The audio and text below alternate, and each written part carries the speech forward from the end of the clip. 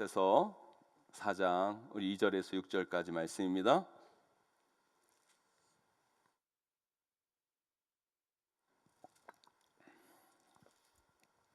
제가 한 절, 여러분이 한 절 교독하도록 하겠습니다. 기도를 계속하고 기도에 감사함으로 깨어 있으라. 또한 우리를 위하여 기도하되 하나님이 전도할 문을 우리에게 열어주사 그리스도의 비밀을 말하게 하시기를 구하라. 내가 이 일 때문에 매임을 당하였노라. 그리하면 내가 마땅히 할 말로써 이 비밀을 나타내리라. 외인에게 대해서는 지혜로 행하여 세월을 아끼라. 함께 있습니다. 너희 말을 항상 은혜 가운데서 소금으로 맛을 냄과 같이 하라. 그리하면 사람에게 마땅히 대답할 것을 알리라. 아멘. 저는 요즘 그런 생각을 많이 합니다.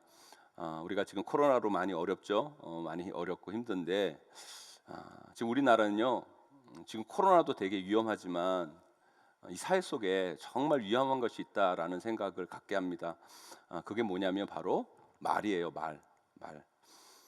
요즘 우리나라 너무나 잘못되고 쓸데없는 말들이 너무너무 난무하고 많습니다. 인터넷에 여러분 들어가 보세요. 무슨 언론사들이 그렇게 많은지, 그 언론사들이 쏟아내는 수많은 말들. 그런데 그 말들이 대부분 좋은 말들입니까? 맨날 비판하고 지적하고 그렇죠? 물론 사회를 좋게 만들려면 언론사의 그런 비판의 기능도 필요하겠죠. 그런데 그 비판이나 지적을 넘어 어떨 때 보면 이게 기사인가 싶은 것들이 너무너무 많은 것을 보게 됩니다. 언론사는 많지. 사람들이 자기 회사 기사는 잘 안 보지. 그러니까 어떻게든 자극적인 기사를 써서 자기 기사들을 인터넷에 또 사람들에게 더 많이 노출시키려고 하고 그 노출 경쟁을 하다 보면 더 자극적인 기사를 마구마구 쏟아내고 그게 우리 사회를 얼마나 젖먹게 하고 있는지를 우리는 경각심을 가지고 바라봐야 된다는 거죠. 언론뿐만 아닙니다. 요즘 또 수많은 SNS들이 있잖아요. SNS에 뭐 순기능들이 있지만 뭐 카톡 단체방부터 시작해가지고 페이스북, 뭐 인스타그램, 트위터, 뭐 SNS 셀 수가 없잖아요. 뭐 거기에 들어가 보면 모두가 다 언론이에요. 예전에는 그냥 혼잣말이 될 수밖에 없는 그 이야기들이 이제 그게 다 공유가 되잖아요. 그죠? 공유가 되고 전달되어지고 다 노출되어지고. 그래서 이제 개개인이 하는 말들이 이제 혼잣말이 아니라 모두가 읽을 수 있게 되는 구조가 되어버린 거예요. 그런데 거기에 좋은 말들만 있습니까? 요즘 사람들의 삶이 얼마나 힘듭니까? 힘드니까 그 마음 가운데 막 분노가 치밀어 오르고 여러 가지 안 좋은 감정들이 그 마음 가운데 막 있는 거죠. 거기에 개개인의 삶의 그 감정의 배설물들이 하나도 걸러지지 않고 그 SNS에 다 나오게 되는 거예요. 원망과 불평과 비난과 이 자신의 문제들을 자신에게서 찾지 않고 이렇게 만든 대상들, 그 대상들을 딱 찾아내서 거기에 쏟아내는 그런 거친 가시 같은 말들, 그런 말들을 뭐 그냥 혼자 하는 거면 뭐 어쩌겠어요. 혼자 하는 거면 그냥 뭐 그러려니 하겠죠. 근데 그게 다 공유되고 읽혀지니까 그걸 보는 사람들에게까지 부지불식간에 악영향을 끼치는 모습들을 우리는 보게 되는 것이죠. 그뿐이 아닙니다. 요즘 대세는 또 뭐예요? 유튜브잖아요. 유튜브. 요즘 유튜브로 뭐 돈을 번다는 뭐 이런 이야기를 하니까 너나 나나 유튜브 방송을 한다고 방송 같지도 않은 내용들, 저질의 내용들. 근데 유튜브는 뭐 방송심의위원회 심의도 받지 않잖아요. 그러니까 거기서 쏟아져 나오는 정제되지 않는 쓰레기 같은 언어와 말들이 밝은 미래를 살아가야 할 우리 아이들의 영혼을 좀먹게 만드는 거예요. 여러분, 요즘 TV 프로그램에 개그 프로그램들이 없어지잖아요. 왜 그런지 아세요, 여러분? 이유를 잘 모르죠, 여러분. 그 개그가 여러분 왜 TV 프로그램에서 개그가 왜 없어지냐면 TV에서 개그로 할 수 있는 것들은 풍자할 수 있는 것은 방송심의위원회 심의 규정에 다 걸려요. 그러니까 어느 선에서 웃길 수밖에 없는데 이제 유튜브라는 채널은 그게 아니에요. 그 심의가 없으니까 마음껏 그냥 안 좋은 이야기들, 외설적인 이야기들 그런 것들을 그냥 무방비하게 그 개그 소재로 할 수 있으니까 사람들이 그걸 보지 TV를 안 보는 거예요. 그러니까 그런 안 좋은 모습들이 그 안 좋은 말들이 이 사회와 우리 아이들의 영혼들을 좀먹게 만들어서 그 말들이 우리 사회 가운데 큰 병폐 중에 하나로 지금 나타나고 있다는 것이죠. 여러분 기억하세요. 말에는요 힘이 있습니다. 말에는 권세가 있어요. 여러분 더 기억할 것이 있어요. 여러분 우리 크리스찬의 말에는 더 권세가 있습니다. 왜? 우리는 하나님의 자녀이기 때문에. 그런데 여러분 그 권세라는 건요, 그 힘이라는 건요, 사람을 죽일 수 있는 힘이기도 하고 사람을 살릴 수도 있는 힘이기도 해요. 많은 연예인들이 여러분 자살을 많이 하잖아요. 그들이 왜 자살했냐 보면 그 댓글에 쏟아지는 그런 수많은 악플들, 그 댓글들, 그걸 못 견뎌가지고 견디지 못해서 스스로의 생을 마감하는 그런 안타까운 일들이 벌어지잖아요. 여러분 말에는 권세가 있어요. 여러분 그 말은요 사람을 살리기도 하지만 그 말은 사람을 죽이기도 하는 거예요. 중요한 것은요 그 말이 어떤 힘을 가지느냐예요. 어떤 능력을 가지냐, 어떤 권세를 가지느냐, 이게 중요한 것이죠. 말로 사람을 살릴 것이냐, 내가 한 말로 사람을 죽일 것이냐, 그 말로 사람들을 주저앉힐 것이냐, 아니면 그 말로 사람들에게 희망을 줄 것이냐. 여러분 그래서 여러분 우리가 한마디 한마디 할 때 우리 말에는 권세가 있다는 생각을 가지고 여러분 그 말을 하나하나 해 나가셔야 된다는 거예요. 여러분 서울 중구에 한 여자가 죽었어요. 여러분 왜 죽었는지 아세요? 여러분 어떤 사람이 너 왜 이렇게 뚱뚱하냐 한마디 했는데 그 말에 격분한 여자가요 그 사람을 빗자루로 내려쳤는데요, 내려쳤는데 죽어버린 거예요. 그냥. 아직도 아내에게 여러분 뚱뚱하다고 하시는 간 큰 남편분들이 계세요. 여러분 절대 그런 소리 하지 마세요. 여러분 맞아 죽어요. 여러분 큰일 나는 거예요. 여러분 그런데 여러분 슈퍼맨 아시죠? 슈퍼맨. 그 슈퍼맨의 주인공의 이름이 크리스토퍼 리브라는 사람인데요, 그가 여러 승마하다가 말에서 떨어져서 그만 전신마비가 되고 맙니다.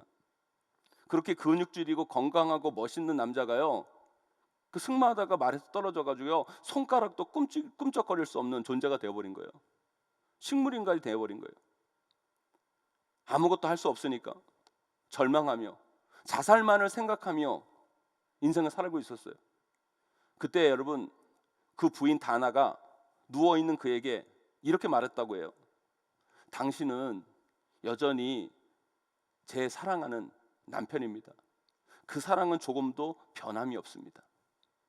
그 말에 그가 용기를 얻어서 재활훈련을 참여했고 2004년 죽기 전까지 장애인에게 희망을 주는 일을 하며 그가 살았다고 이야기를 해요. 여러분 아내의 그 말 한마디가 자살을 생각하며 절망에 빠져있던 그 사람에게 새로운 희망을 안겨다 준 거예요. 그렇다면 여러분들은 도대체 어떤 말을 하시기를 원하십니까? 여러분 입술에서 사람을 죽이고 공동체를 파괴하는 말이 여러분 입술 가운데 나오기를 원하세요? 아니면 여러분의 말이 공동체를 세우고 사람을 살리는 말을 하기를 원하십니까? 저는 여기 있는 모든 분들이 여러분의 입술의 말을 통해서 여러분의 말을 듣는 사람들이 살아나고 용기를 얻고 다시 일어나는 역사가 여러분의 입술과 여러분의 말을 통해 일어나게 되기를 주님의 이름으로 간절히 축원합니다. 그렇다면 우리가 먼저 살펴봐야 될 것이 있어요. 크리스찬인 우리는 이 땅을 살아가면서 무슨 말을 하며 살아갈 것인가? 어떤 말을 하며 살아갈 것인가? 첫 번째로요, 우리 크리스찬들은 기도를 통해 점검된 말을 하셔야 돼요. 기도를 통해 정화된 말을 하셔야 된다는 거예요. 우리 2절 말씀 함께 읽어보도록 하겠습니다. 함께 했습니다. 시작. 기도를 계속하고 기도에 감사함으로 깨어 있으라. 아멘. 이 말씀이 왜 나왔냐면 오늘 본문의 말씀은요 사도 바울이 전도에 대한 이야기를 하는 거예요. 그런데 전도라는 이야기를 하기 전에 사도 바울이 무슨 이야기를 하냐면 어떤 얘기를 먼저 꺼내냐면 기도 이야기를 얘기해요. 기도를 계속하고 기도에 감사함으로 깨어 있으라. 복음을 전할 때만 여러분 기도를 통해 나오는 말을 하는 게 아니라 우리는요 우리 삶의 이야기 하나하나를 할 때도 이 기도를 통해 걸러져서 그 이야기를 해야 된다는 거예요. 오늘 말씀은 복음을 전할 때 너희들이 기도하고 나아갈 때 하나님께서 그 사람에게 하실 말씀을 알려줄 것이다. 그 기도를 통해 그 말씀을 깨닫고 그 말씀을 전달해라 라는 내용이지만 여러분, 복음 전할 때만 우리가 기도를 통해 우리가 해야 할 말을 생각한 것이 아니라, 여러분 특별히 우리가 공적으로 공유되어지고 전달되어진 어떤 이야기를 할 때에는 반드시 여러분 기도를 통해 그 말을 점검하셔야 돼요. 정화하셔야 된다는 거예요. 그래야 그 말 때문에 누구에게 상처를 주거나 누구를 해롭게 하거나 누구를 아프게 하는 것이 아니라, 그 기도를 통해 나온 말을 통해 그 사람이 살아나고 그 영혼들에게 힘을 주고 공동체가 살아나는 역사가 일어나게 될 줄 여러분 믿으시기를 간절히 축원합니다. 여러분, 삶을 살아갈 때 보면 화가 날 때가 있잖아요. 화날 때 있죠? 없는 것처럼 뭐 이렇게 쳐다보세요. 우리가 화가 날 때가 있어요, 여러분. 화가 나면 뭐가 나와요, 여러분? 여러분들이 예전에 많이 했던 거 있잖아요. 화가 나면 뭐가 나와요? 욕이 나오잖아요, 욕이. 화가 나면 욕이 나와요. 기분 나쁘면 욕이 나와요. 그런데 여러분, 예전에는요 그게 다 혼잣말로 끝났어요. 화가 나고 막 분이 차고 오르고 그러면 여러분 뭐 누가 듣지 않게 내 속으로 막 뭐 혼잣말로 뭐 그런 얘기를 할 수 있어요. 근데 여러분, 요즘은 그게 혼잣말이 아니에요. 혼잣말이 되어지지 않아요. 제가 가끔 가다가요 놀랄 때가 있어요. 놀랄 때가 뭐가 있냐면, 페이스북에 저는 뭐 페이스북을 하는데 뭐 글을 거의 남기지 않고 우리 교회에 하는 행사들 이렇게 공유만 하는데, 갑자기 내가 깜짝 놀랄 때가 언제냐면, 우리 청년들이나 우리 청소년들, 우리 교회 청소년들 있잖아요. 걔네들이 저희 페이스북 친구예요. 페이스북 친구인데 갑자기 걔네들이 뜬금없이 거기다가 응. 나랑 친구나 맺지를 말든가, 친구를 맺지를 말든가, 화가 난다고 거기에다가 욕을 막 써놓는 우리 교회 이게 청년들, 청소년들이 뭐 많지는 않아요. 많지는 않고요. 아주 가끔 있어요. 화나는 일이 있겠죠. 힘든 일이 있겠죠. 근데 옛날에는요 화가 나도요, 그죠? 그냥 혼잣말로 그것을 대뇌했는데, 요즘 여러분 그런 소통의 구조가 생겨버리니까 이게 좋은 방식으로 여러분 그 소통이 이루어져야 되는데, 여러분 좋지 않은 방식으로 자꾸 그 소통이 일들이 일어나니까 온갖 욕설들, 저주들, 여러분 그것들이 이 사회 속에서 난무하고, 그 개인에 대한 여러분 온갖 욕과 저주가 인터넷상에 난무하는 것을 보게 돼요, 여러분. 그런데 여러분 아셔야 돼요. 우리가 알고 있는 이 정보라는 것이요 다 맞는 것도 아니고, 그 정보를 우리가 다 알고 있는 것도 아니잖아요. 그러면 그 일에 대한 맥락의 전체, 그 사람의 전부를 다 모르고 그냥 그저 피상적으로 나오는 하나의 사건, 하나의 일로 모든 것을 평가하고 그것을 그냥 거침없이 말하게 되는 시스템이 이렇게 생겨버리면요, 그것 때문에 상처 입고 그것 때문에 자기 생명을 저버리고, 여러분 그런 문제가요 이 사회 속에서 심각하게 나타날 수밖에 없다는 거예요. 여러분 제가 중고등학교 다닐 때만 해도요, 학교 폭력이라면 뭐가 학교 폭력이에요? 애들 데려다가 때리고 돈 뺏고, 이게 학교 폭력이었어요. 그런데요 요즘은요 그런 것만 학교 폭력이 아니에요. 요즘 가장 심각한 학교 폭력은 뭔지 아십니까? 인터넷상에서 친구 욕하고, 인터넷상에서 단체 방 만들어가지고 거기 있는 애들 막 비난하고 욕하고, 그거 잘못하면 다 학교폭력위원회에 끌려가가지고요 징계받아요. 이 사회가 이렇게 변해왔다는 거예요. 좋아요, 여러분. SNS나 뭐 유튜브나 이런 곳에 여러분의 감정, 상태 뭐 말할 수 있죠. 근데 여러분 그거 아셔야 됩니다. 거기는 나만의 공간이 아니에요. 여러분 착각하지 마세요. 공적인 공간이에요. 그렇다면 거기에 여러분 내뱉는 여러분들의 말들, 그 감정들도 걸러질 수 있어야 되는 거예요. 점검되어져야 된다는 거예요. 여러분 혼자 있을 때는 뭘 못하겠어요, 여러분.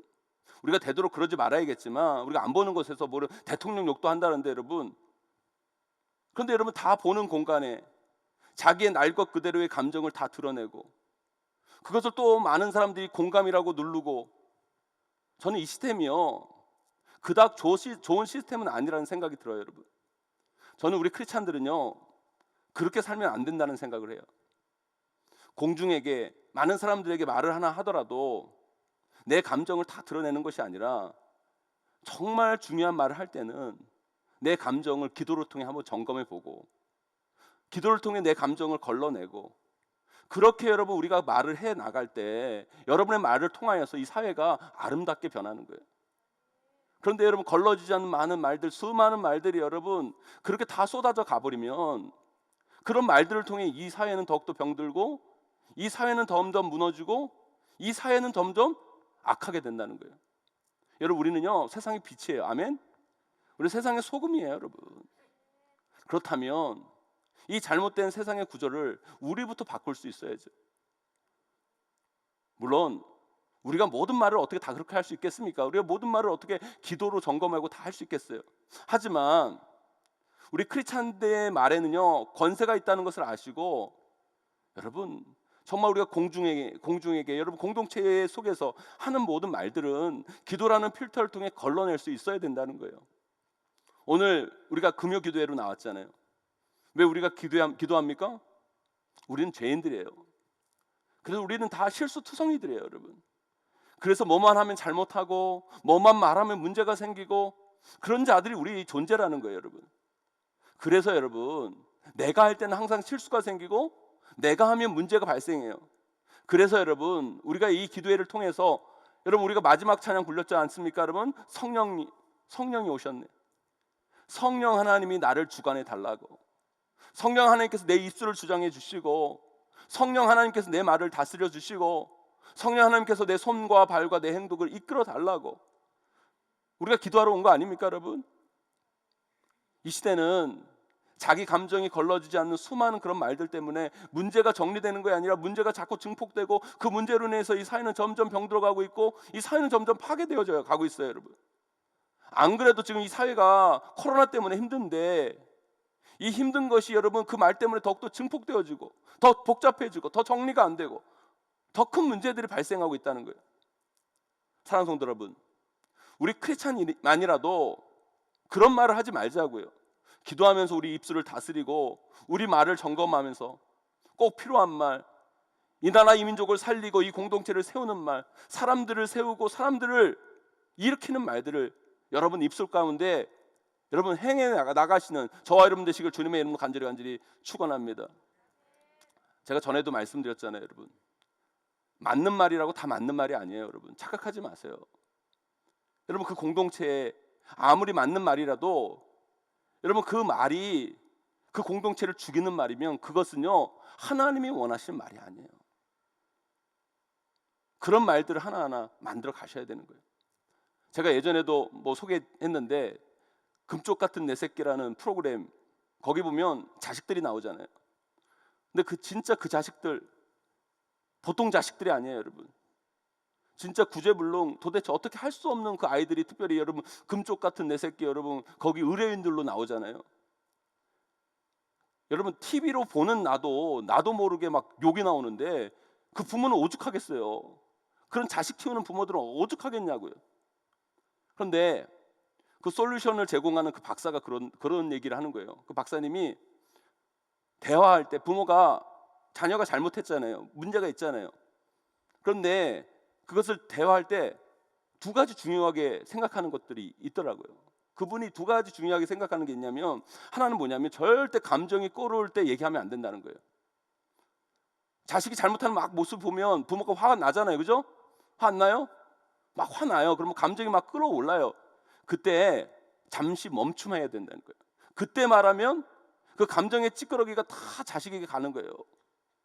그러니까 감정이 끌어올 때는 잠깐 참고 숨을 고르고 조금 있다가 어느 정도 감정에 가라앉힌 다음에 얘기를 해라. 또 하나는 뭐냐면,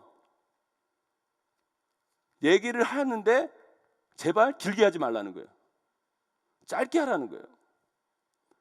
우리 인생은 길다고, 거기서 길게 말한다고 들을 아이가 아니라고. 짧게 지금 잘못한 것만 짧게 지적하고 넘어가라는 거예요. 엄마들이 애들 한번 잘못하면요 어떻게 해요? 유치원 때 돌 때 잘못한 것까지 다 꼬집어내가지고, 너 옛날 돌 때 그랬고 뭐 유치원 때 그랬고 초등학교 때 그랬고, 그렇게 아니라 지금 잘못한 것만 딱 얘기하고 끝내버리라는 거예요. 그런데 저는 크리스찬인 우리 성도들에게 이렇게 말씀드리고 싶어요. 여러분 우리가 감정이 끌어오를 때가 있잖아요. 화나고 분노가 차오르고 힘들 때 여러분 우리는 멈춤이 아니라 기도를 하셔야 되는 거예요. 기도를 하셔야 돼요. 내 감정을 하나님 붙잡아 달라고. 그리고 내가 정말 이 감정대로 말하는 것이 아니라 하나님의 뜻을 전하는 입술이 되게 해달라고. 그리고 짧게가 아니라 여러분 기도를 통해 하나님이 주신 말씀을 짧게 전하는 거예요. 하나님이 주신 말씀, 하나님이 지금 하기를 원하시는 말씀을 전달하라는 거예요. 사랑하는 성도 여러분, 이 시대요 정말 말이 문제예요. 기도로 통제되지 않는 말은 공동체와 가정과 이 나라 이 민족을 무너뜨리고 사람들을 파괴하는 거예요. 기도하면서 여러분 여러분의 말을 점검하시고 걸러내세요. 그러면 여러분 입술 가운데 하나님께서 반드시 하시고자 하시는 말씀을 여러분의 입술 가운데 붙여주실 줄 믿습니다. 그 말을 여러분들이 고백하고 그 말을 전할 때 여러분의 말을 통하여서 이 나라의 민족이 살아나고 이 공동체 우리 교회가 세워지고 여러분 자녀와 여러분 가정과 여러분의 주변 사람들이 회복되는 은혜의 역사가 여러분의 입술의 권세를 통해 나타나게 될 줄 믿습니다. 두 번째로요, 우리 성도들의 입에는 반드시 복음이 있어야 돼요. 복음.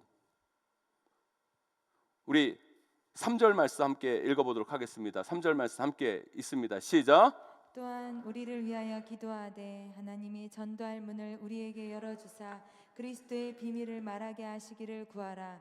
내가 이 일 때문에 매임을 당하였노라. 여러분 뭘 말하게 하시기를 구한다고요? 그리스도의 비밀. 여러분 그리스도의 비밀이 뭡니까 여러분?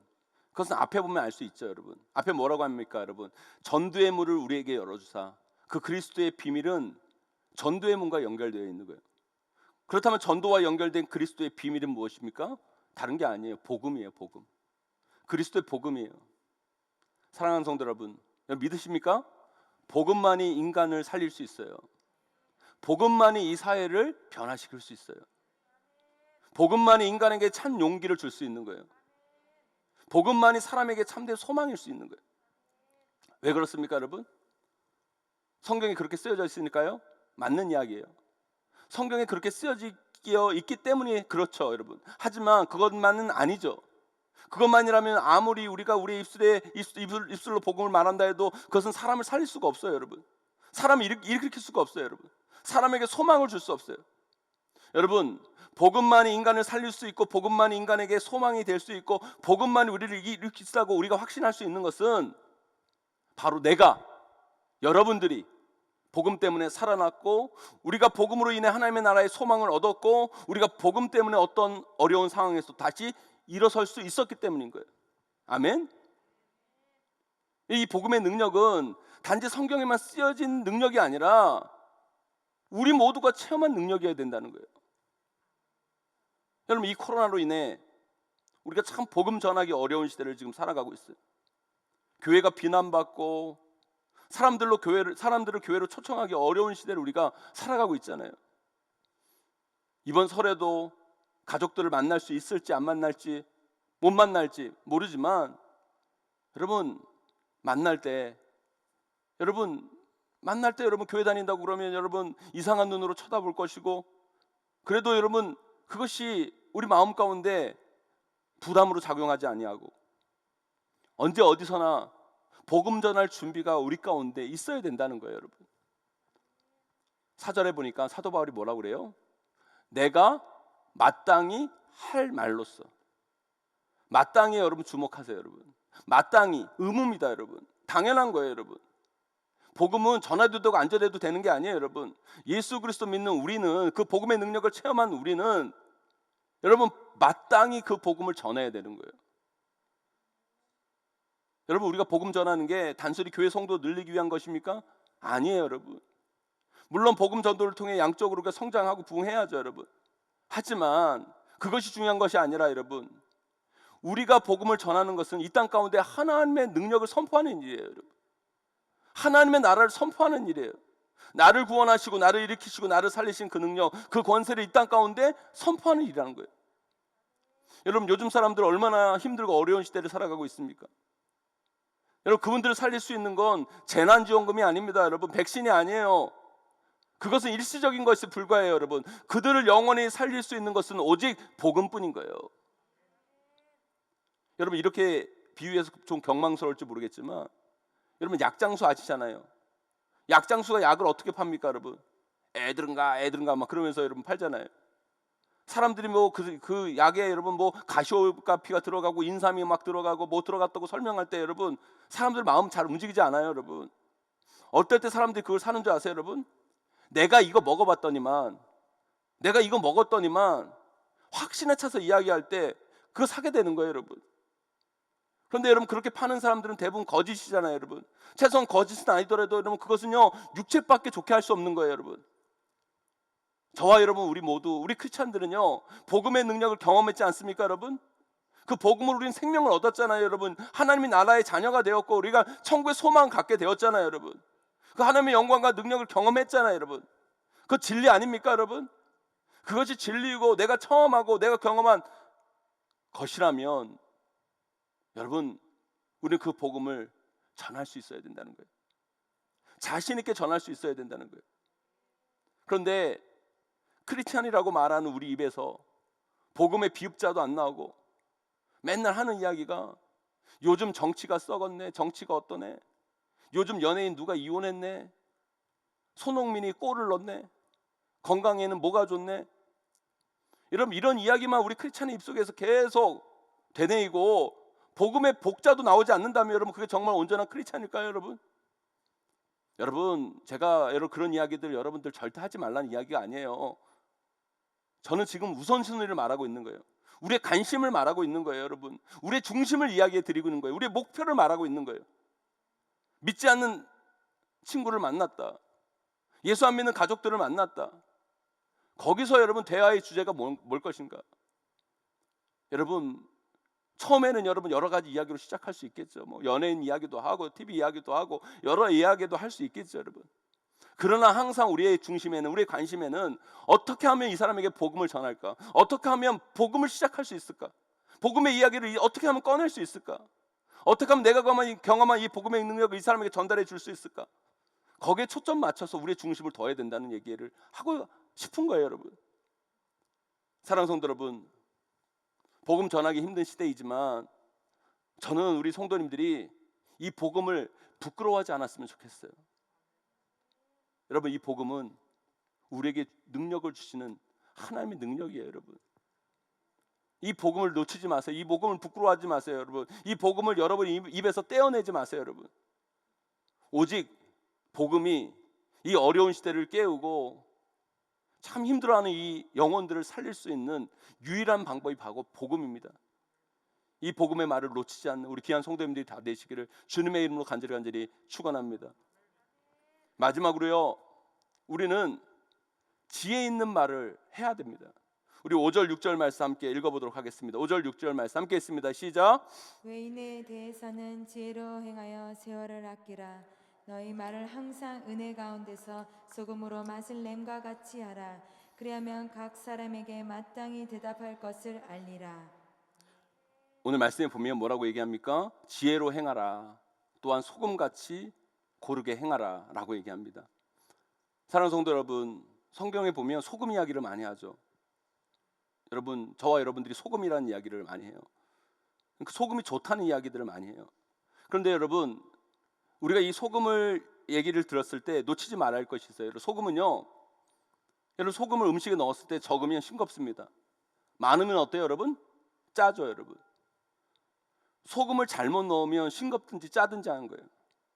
여러분 음식 맛에서 여러분 중요한 것은요, 재료 뭐 이런 것일 수 있는데 가장 중요한 것이 뭐예요 여러분? 간을 맞추는 거예요. 아무리 좋은 재료를 쓰고 아무리 뭐 요리를 뭐 기깔나게 했어도 여러분 간이 안 맞으면요 맛이 없는 거예요. 여러분 간이라는 거 어떻게 해요? 적당량을 넣어야 간이 맞고 간이 맞아야 맛이 좋은 거예요.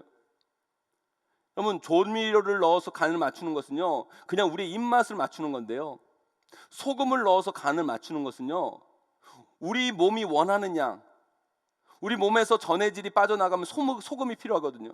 그러면 우리 몸에서 소금을 원하게 되어 있어요. 그 원하는 소금량이 적절히 들어갔을 때 아 이게 정말 맛있다, 기가 막히다라는 걸 느낀다는 거예요 사람들이. 사랑하는 성도 여러분, 이거예요 여러분. 우리는요 우리와 마주선 영혼의 필요를 알아야 돼요. 그들이 들어야 할 말을 알아야 돼요. 그게 지금 필요한 말이 무엇인가? 지금 그 사람들이 지금 갈급해야 한 것이 무엇인가? 그때 그 순간 그 말을 했을 때 그 변화가 일어나는 거예요. 생명을 얻게 되는 거예요. 근데 우리는 너무 지혜롭지 못할 때가 많아요. 해야 될 때 하지 않고 하지 말아야 할 때 하고, 적당히 해야 되는데 너무 과하거나 너무 모자릅니다. 너무 과해서 체하고 너무 모자라서 허할 때가 많아요. 여러분, 복음 전하는 것도요, 지혜의 말로 해야 돼요. 그래서 필요를 알고 그 필요에서부터 접근해서 복음으로 이어지는. 그래서 제가 우리 교육자들에게도 항상 자주 이야기하는 얘기지만, 여러분, 우리 성도님들에게도 이 얘기를 꼭 말씀드리고 싶어요. 여러분, 우리 크리스찬들에게 가장 중요한 것, 우리 크리스찬들이 가져야 할 가장 중요한 것 중에 하나가요, 뭐냐면 영감이 있어야 돼요. 영감. 여러분, 영감이라고 하니까 뭐 나이 든 노인 영감을 얘기하는 게 아니라, 여러분, 영감, 영적 센스가 있으셔야 돼요. 영적 센스. 여러분, 우리들이 영적 센스가 있어야 돼요. 복음을 전할 때도 마찬가지고 말을 할 때도 있고요, 영적 센스가 있어야 돼요. 이게 여러분 지혜예요. 여러분, 세상적인 지혜를 말씀드리는 게 아니에요. 여러분, 성령 하나님이 주시는 지혜, 그게 여러분 영적 감각, 영적 센스라는 거예요. 여러분, 그렇다면 그 영감 우리가 어떻게 얻을 수 있습니까? 여러분, 여기서 우리는 다시 앞으로 돌아가야 돼요. 다시 기도로 돌아가야 된다는 거예요. 그래서 이 말이라는 건요, 결국 기도가 중요하다는 거예요. 우리 다시 2절 말씀 함께 읽어보겠습니다. 2절 말씀 함께 있습니다. 시작. 기도를 계속하고 기도에 감사함으로 깨어 있으라. 여러분, 그래서 기도를 항상 힘쓰고 기도에 감사함으로 깨어 있어야 되는 거예요. 여러분, 그냥 기도하라고 해도 될 것을 오늘 본문은 기도를 항상 힘쓰라고 해요. Devote yourself to prayer. 기도에 너의 모든 것을 걸라라는 얘기예요. 기도의 모든 것을 드려라. 여러분, 그러니까 우리 삶의 모든 중심이 기도해야 되는 거예요. 말을 할 때도, 행동 하나를 할 때도 기도가 뒷받침되지 않으면 안 된다는 거예요. 복음 전할 때도, 여러분, 우리가 일을 할 때도, 여러분, 우리의 인생의 모든 기초는 그래서 기도해야 된다는 거예요. 여러분, 이 말씀이 바로 오늘의 결론과도 같은 말씀이에요. 우리가 우리 입술을 잘 다스려서 정제된 말, 복음의 말, 지혜의 말을 하려면 그 모든 것이 기도를 통해 나오는 말이어야 된다는 거예요. 우리의 말이 생명의 말씀이 되기 위해서는 기도 없이 안 된다는 거예요. 여러분, 성령님의 다른 이름은요, 보혜사예요. 보혜사. 보혜사는요, 헬라어로 파라클레토스인데요, 바로 위로자, 상담자 이런 뜻입니다. 어머니가 자식의 눈물을 닦아주면서 위로하는 위로자, 상담자, 조언자 이런 의미예요, 여러분. 그런데 사탄의 다른 이름은 뭔지 아십니까, 여러분? 침소하는 자, 고발하는 자. 사랑하는 성도 여러분, 이 사회가 제가 안타까운 게 뭔지 아십니까? 다 사탄의 방식으로 움직여가고 있어요. 침소하고 고발하고. 여러분, 우리 예수님은요, 그런 방식으로 이 사회를 변화시키는 게 아니에요. 위로하고 상담하고 도와주고. 사랑하는 성도 여러분, 제가 시작할 때 말에는 능력이 있다고 말씀을 드렸잖아요. 말에는 권세가 있다고 말씀드렸어요. 그 능력이, 그런데요, 성령의 능력이 될 수도 있고요, 사탄의 능력이 될 수도 있는 거예요. 성령의 권세일 수도 있고요, 사탄의 권세일 수도 있는 거예요. 성령의 말은 위로하고 살리고 일으키고 회복시킵니다. 그러나 사탄의 말은 침소하고 분열하고 다투고 싸우고 낙담해하는 게 그 사탄의 말이에요. 우리가 기도하지 않으면 우리 입술을 통해 사탄의 말이 나오는 거예요. 그러나 우리가 기도할 때 성령의 말씀이 여러분의 입술을 통해 나타나는 거예요, 여러분. 그러니까 여러분들이 기도하고 말씀을 전하고 기도하고 말을 할 때는요, 성령의 권세가 나타나지만, 기도하지 않고 그런 일들을 할 때는 여러분 입술을 통해 사탄의 권세가 나타날 수 있다는 거예요. 여러분들은 성령의 말을 할 것입니까? 아니면 사탄의 말을 할 것입니까? 그래서 성령의 열매가 사랑과 희락과 화평과 오래 참음과 자비와 양성과 충성과 온유와 절제인 거예요. 그런 말들로 여러분들이 나타나야 돼요. 여러분, 깨어서 기도하라고 말합니다. 그것은 단순히 졸지 말고 기도하라는 것이 아니에요. 물론 그런 뜻도 있지만 영의 눈으로 문제를 바라보라는 거예요. 영적 시각을 가지라는 거예요. 부부싸움을 크게 합니다. 크게 싸웠으니까, 우리는 그렇게 생각해요. 크게 싸웠으니까 큰 문제 가지고 싸웠겠지, 큰 문제 갖고 다퉜겠지. 그럼 여러분, 곰곰이 되짚어 보세요. 여러분, 정말 큰 거 가지고 싸웠나? 아니에요. 여러분, 정말 사소한 거, 아무것도 아닌 거, 화장실 변기물 안 내린 거, 양말 뒤집어 놓은 거, 휴대폰 제때 안 받은 거, 별거 아닌 것과도 생각해가지고 감정이 막 복받치고 거기서 이상한 말이 막 나오고 나중에 그것이 싸움을 만들고, 처음 말을 하다가 감정이 실리잖아요. 말을 통해 서로의 감정이 자극되어지고 서로 상처를 자극하고 그것으로 서로에게 상처를 줍니다. 좋게 말하려고 하는데 상대방이 막 건드려요. 그러다가 가는 말이 고와요, 오는 말이 곱지, 막 그러면서 퍼붓게 되고, 그러면서 사내 못 사내야 되고. 여러분, 어떻게 보면 작은 문제를 가지고 사단이 나는 거예요. 여러분, 왜 그런지 아십니까? 사탄이 우리를 그렇게 작동하고 있는 거예요. 사탄이 우리의 가정을 그렇게 공격하고 있는 거예요. 그때 여러분, 영의 눈을 뜨고 영의 시각으로 그 문제를 바라봐야 된다는 거예요. 영적인 눈으로 그 문제를 볼 줄 알아야 된다는 거예요. 사탄이 우리 집을, 지금 우리 가정을, 우리 공동체를, 우리 교회를, 이 사회를 공격하고 있다는 사실을 깨어서 눈으로 봐야 된다는 거예요. 여러분, 아, 사탄의 공격이 이제 시작됐구나, 사탄이 내 입술을 통해 일을 시작했구나. 그때 거기서 멈추고 기도의 자리로 나아가야죠. 우리의 감정을 중단하고 깨어서 기도의 자리로 가야 되는 거예요. 깨어서 기도하라는 것은 단순히 그냥 기도하가 잠들지 말고 기도하라는 의미가 아니에요. 영적으로 깨어서 문제를 바라보고 그 상황 가운데 내가 과연 어느 편에 서 있는지 눈으로 보라는 거죠. 영의 눈을 뜨고 보라는 거예요. 여러분, 우리 삶이 어려울수록요, 그런 감정의 부딪힘이 많아져요. 가정도요, 경제적으로 어려우면요, 안 싸울 가정도 싸우게 되고요, 힘들고 어렵고 감정적으로 막 지치면요, 그런 감정적인 부딪힘들이 많아집니다. 그런데 그 감정을 제대로 통제하지 못하면 말이 막 나와요. 말이 막 나오면 그 말이 우리 삶을 더욱더 어렵게 만드는 거예요. 그래서 여러분, 오늘 설교 제목처럼 어려울 때일수록 말을 잘 다스려야 된다는 거예요. 어려울 때일수록 오늘 말씀처럼 기도하면서 우리 말을 다스릴 줄 알아야 된다는 거예요. 제가 예전에 고등부 사역할 때 한 학생한테 편지를 받았어요. 아주 조그만한 종이에 깨알만하게 글씨를 써가지고 편지를 저한테 보냈더라고요. 근데 그 아이가 왜 편지를 썼냐면요, 그 아이 어머니가 다른 교회 다니시는 분인데 그 아이가 엄마하고 막 트러블이 좀 있었나 봐요. 그래서 상담을 요청해가지고 저에게 상담을 하는데 그 엄마가 막 자기 딸 욕을 막 하던 거예요. 막 딸이 이렇게 나쁘고 저게 나쁘고. 근데 또 엄마를 좀 들어줘야 되잖아요, 엄마 얘기를. 그래서 아유, 제가 생각하기에도 그런 문제도 있고 저런 문제도 좀 있지만 그래도 애 괜찮은 애라고, 너무 엄마가 그런 시각으로 바라보지 말고, 엄마가 자꾸 그런 시각으로 바라보지 말고 그렇게 하시라고, 내가 기도하고 얘가 좀 변할 수 있도록 노력해 보겠다고. 그리고 상담을 마쳤어요. 근데 문제는 뭐냐면 그 어머니가 가가지고 저랑 한 이야기를 그 아이한테 다 한 거예요.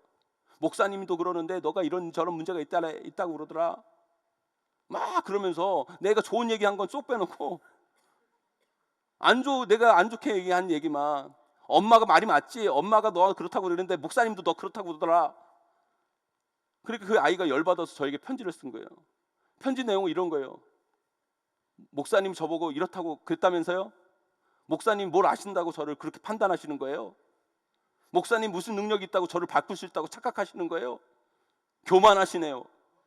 실망이에요. 저는 이제 교회 떠나가겠습니다. 이렇게 하고 편지를 썼더라고요. 쭉 읽는데 신경질 막 나는 거예요. 목사 뭐 교만하다고 그러고, 이 조그만 게 이게 지가 뭘 한다고. 이런 걸 읽으니까 저도 모르게 인간인지라 막 화가 나고, 막 내가 잘못한 것도 아니고 지 엄마가 와가지고 제가 상담해 드리고 기도하겠다고 그러고, 그리고 내가 지를 위해서 돈을 얼마나 썼는데 그건 모르고 그냥 교만하다고 그러고 뭘 한다고 그러고 막 화가 나더라고요. 그래서 나도 답장을 해야 돼가지고 컴퓨터 앞에 앉았어요. 내가 너 잘 되라고 이렇게 저렇게 말하고 기도하고 애쓰고 수고했는데 네가 어떻게 그럴 수가 있냐. 교회 나오든 말든 네가 알아서 해라. 그렇게 하려고 처음에는 이렇게 썼어요. 근데 아닌 거예요. 한번 기도해보자, 기도하고 쓰자, 그런 생각을 하고 컴퓨터 앞에 다시 섰어요. 그런데 하나님께서 저에게 이런 말씀을 주시는 거예요. 계속 제 마음 가운데 이런 말을 주시는 거예요. 야, 잘못했다고 그래. 그냥 내 마음 가운데 계속 그 말, 잘못했다고 그래. 그냥 잘못했다고 그래. 그런 감동을 계속 주시는 거예요. 그래서 제가 메일을 다 지우고 다시 썼어요. 목사님이 정말 미안하다. 네 말대로 목사님 정말 교만했다. 내가 너에 대해서 정말 아무것도 알지도 못하면서 아는 척하고 정말 능력 없는 목사가 너를 어떻게 바꾸겠다고. 미안하다. 네가 나로 인해 상처받았다면 정말 미안하고 네가 나를 용서해 줬으면 좋겠다. 그렇게 간단하게 써서 이렇게 저도 보냈어요. 그런데요, 그 아이가 그 다음 주에 교회 나오더라고요. 지금까지 빠지지 않고 잘 나온다 그래요. 여러분, 제가 그때 그냥 제 감정으로 그렇게 썼다면 그 아이는 교회 떠나고 영영 하나님과 멀어졌을 수도 있었어요. 목사한테 상처받으면 상처가 더 크잖아요. 그죠? 제가 우리 교회 성도들 이렇게 보면 상처받다고 다 목사님한테 상처받은 사람 많아가지고 힘들어하는 분들 많이 계세요. 다 회복도 안 돼요. 목사한테 상처받은 거. 근데 제 감정을 이렇게 누르고 기도했더니만 성령님께서 할 말을 저에게 알려주시고 걔를 다시 교회에 오게 하고 회복시켜 주시는 그 은혜를 제가 봤어요. 사랑하는 성도 여러분, 우리는 많은 말을 하며 살아갑니다. 그런데 여러분, 정말 우리는 무엇을 말하고 살아갑니까? 어떻게 말할 것입니까? 그냥 생각내는 대로, 내 감정대로, 내가 옳다고 주장하는 대로? 그게 아니에요. 여러분. 교회에서도 마찬가지예요. 여러분. 교회도요, 여러분 할 말 있죠. 다 있어요. 대 보면요, 할 말 다 있어요. 여러분, 우리 교회 성도들이 한 5천 명이면 5천 명 다 할 말 있어요. 있어요, 없어요, 여러분? 다 있어요. 그러나 여러분, 할 말 있다고 다 하는 게 아니에요. 기도하면서 하나님이 주신 말들을 고백할 때 우리 교회가 살아나는 거예요. 우리 교회가 생명력 있는 교회가 되고 능력 있는 교회가 되는 거예요. 그러나 할 말이 있다고 모든 성도들이 다 할 말을 하고 나가면 이 교회는 분열되고 다툼의 곳이 되고, 이 교회는 아무것도 할 수 없는, 능력 없는, 그 사탄이 주관하는 그런 교회가 되을 뿐인 거예요. 사탄의 말은 관계를 파괴하지만 여러분, 성령의 말은 관계를 회복시킵니다. 사탄의 말은 자녀를 절망케 하지만 성령의 말은 자녀에게 용기를 줍니다. 사탄의 말은 파괴하고 분열하고 다투지만 성령의 말은 사랑하고 하나 되고 화목케 합니다. 사탄의 말은 영혼을 죽이지만 성령의 말은 영혼을 살리는 거예요. 성령은 기도를 통해 우리 속에 역사하십니다. 기도해야 성령님이 내주하시고, 성령님께서 기도해야 우리 가운데 일하시는 거예요. 성령의 능력은 기도를 통해 경험할 수 있는 거예요. 그래서 우리가 이 금요기도에 이 자리에 나와 기도하는 거예요. 우리 삶의 모든 기초가 기도여야 하는 이유가 바로 여기 있는 것이죠. 사랑하는 성도 여러분, 여러분들은 무슨 말을 어떻게 하실 것입니까? 부디 오늘 말씀을 꼭 기억하시고 그리스도의 비밀을 성령의 지혜로 말해서 영혼을 살리고 가정을 회복시키고 이 사회와 이 나라를 일으킬 수 있는 귀한 아름다운 하나님의 자녀, 귀한 성도들이 다 되시기를 주님의 이름으로 간절히 축원하고 축복합니다. 우리 함께